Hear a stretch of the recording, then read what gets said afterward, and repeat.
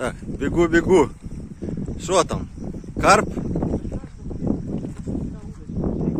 Да, удочка у тебя хорошо отрабатывает. Нравится мне свист лески. Прям посвистывает. Так, подсак. Идем с подсаком. Что он там? За скалу? Веди его сюда. Поплавок вижу. Карпа не вижу. Ух ты, ничего себе!